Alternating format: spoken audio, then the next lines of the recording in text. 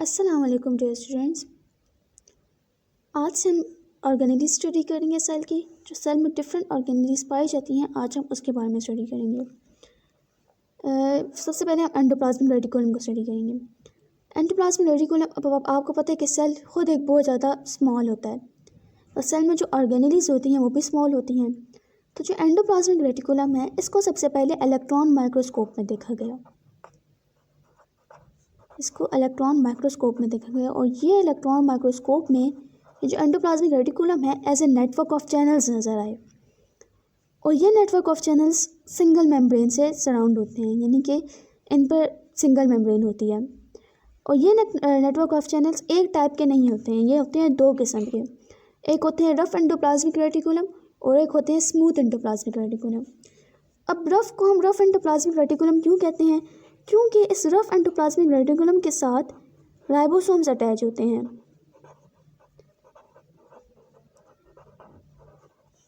For example ये एक cell है, इसमें ये न्यूक्लियस है और न्यूक्लियस के बिल्कुल साथ जो रफ एंडोप्लाज्मिक रेटिकुलम होंगे, इनको हम लोग रफ एंडोप्लाज्मिक रेटिकुलम कहते हैं। यानी कि रफ एंडोप्लाज्मिक रेटिकुलम न्यूक्लियस के साथ होते हैं और इन पर ये जो ब्लू कलर के आपको नज़र आ रहे हैं, ये होते हैं राइबोसोम्स। इस रफ एंडोप्लाज्मिक रेटिकुलम के आगे फिर जो स्मूथ एंडोप्लाज्मिक रेटिकुलम होते हैं, उन पर राइबोसोम्स नहीं होते हैं, इसीलिए हम इनको स्मूथ कहते हैं। और ये smooth endoplasmic reticulum plasma membrane के करीब होते हैं, रफ न्यूक्लियस के साथ अटैच होते हैं और ये जो स्मूथ हैं ये प्लाज्मा मेम्ब्रेन के करीब होते हैं। इन दोनों एंडोप्लाज्मिक रेटिकुलम के डिफरेंट फंक्शंस हैं। क्यों डिफरेंट है? क्योंकि रफ एंडोप्लाज्मिक रेटिकुलम पे राइबोसोम अटैच हैं, लेकिन स्मूथ एंडोप्लाज्मिक रेटिकुलम में नहीं है।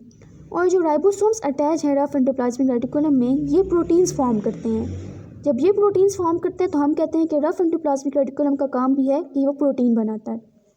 इसके अलावा rough endoplasmic reticulum mechanical support भी प्रोवाइड करता है सेल को। और ज़रूरी नहीं है कि किसी सेल में रफ एंडोप्लाज्मिक रेटिकुलम और स्मूथ एंडोप्लाज्मिक रेटिकुलम की अमाउंट सेम हो। फॉर एग्जांपल अगर हम मसल सेल्स को देखें तो मसल सेल्स में स्मूथ एंडोप्लाज्मिक रेटिकुलम ज़्यादा होते हैं और इन मसल सेल्स में स्मूथ एंडोप्लाज्मिक रेटिकुलम को हम कहते हैं सार्कोप्लाज्मिक रेटिकुलम।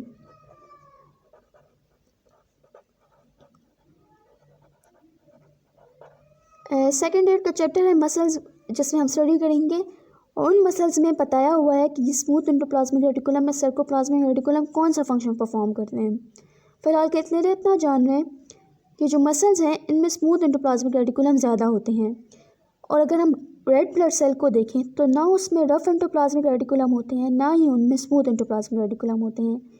प्लाज्मा सेल्स में रफ एंडोप्लाज्मिक रेटिकुलम ज़्यादा पाए जाते हैं। अब हम स्मूथ एंडोप्लाज्मिक रेटिकुलम पे आते हैं। स्मूथ एंडोप्लाज्मिक रेटिकुलम में कोई राइबोसोम्स नहीं होते हैं, ये स्मूथ होते हैं, इसीलिए इन्हें स्मूथ कहा जाता है। स्मूथ एंडोप्लाज्मिक रेटिकुलम भी डिफरेंट फंक्शन परफॉर्म करता है। फॉर एग्जांपल ये लिपिड्स की मेटाबॉलिज्म में इन्वॉल्व है। जो रफ एंडोप्लाज्मिक रेटिकुलम होता है ये प्रोटीन बनाता है और जो स्मूथ एंडोप्लाज्मिक रेटिकुलम है ये लिपिड्स की सिंथेसिस करता है, उसकी मेटाबॉलिज्म करता है, कार्बोहाइड्रेट्स की मेटाबॉलिज्म करता है। अब लिपिड्स तो डिफरेंट टाइप्स के होते हैं, ये ऑयल्स की, फॉस्फोलिपिड्स की मेटाबॉलिज्म करता है। इसके अलावा स्मूथ एंडोप्लाज्मिक रेटिकुलम डिटॉक्सिफिकेशन में हेल्प करता है, ड्रग्स की, पॉइजन की डिटॉक्सिफिकेशन में हेल्प करता है। स्मूथ एंडोप्लाज्मिक रेटिकुलम ये सेल में ट्रांसपोर्ट का काम करता है। फॉर एग्जांपल जो प्रोटीन रफ एंडोप्लाज्मिक रेटिकुलम में बने हैं, अब वो स्मूथ एंडोप्लाज्मिक रेटिकुलम के ज़रिए से गोल्जी बॉडीज़ में जाएंगे या बाकी सेल में डिस्पर्स होंगे या किसी दूसरे सेल में जाएंगे, तो ये ट्रांसपोर्ट का काम होता है स्मूथ एंडोप्लाज्मिक रेटिकुलम का। इसके अलावा रफ एंडोप्लाज्मिक रेटिकुलम के साथ साथ ये जो स्मूथ एंडोप्लाज्मिक रेटिकुलम है ये भी मैकेनिकल सपोर्ट में इन्वॉल्व है। इसके अलावा ये सर्कुलेशन का काम करता है, मतलब कि डिफरेंट और चीज़ें जो कि रफ एंडोप्लाज्मिक रेटिकुलम से बनती है, फॉर एग्जांपल कोई प्रोटीन्स वगैरह हो गए या कोई एंजाइम्स भी तो प्रोटीन ही होते हैं ना, तो ये उनकी सर्कुलेशन में हेल्प करता है। इसके अलावा आपको पता है कि लिपिड्स जो होते हैं वो फैटी एसिड और ग्लिसरॉल से बने हुए हैं। तो कुछ हार्मोन्स भी होते हैं जो कि लिपिड से बने होते हैं। अब जैसे कि स्मूथ एंडोप्लाज्मिक रेटिकुलम लिपिड्स को सिंथेसाइज करता है, तो इसका मतलब है कि जो वो वाले हार्मोन्स जो कि लिपिड से बने हैं, फॉर एग्जांपल कॉर्टिकोस्टेरॉइड्स, टेस्टोस्टेरोन और एस्ट्रोजन वगैरह, इनकी सिंथेसिस भी स्मूथ एंडोप्लाज्मिक रेटिकुलम ही करता है। यानी कि वो वाले हार्मोन्स जो कि लिपिड्स होते हैं उनकी सिंथेसिस स्मूथ एंडोप्लाज्मिक रेटिकुलम करेगा। ठीक है, थैंक यू।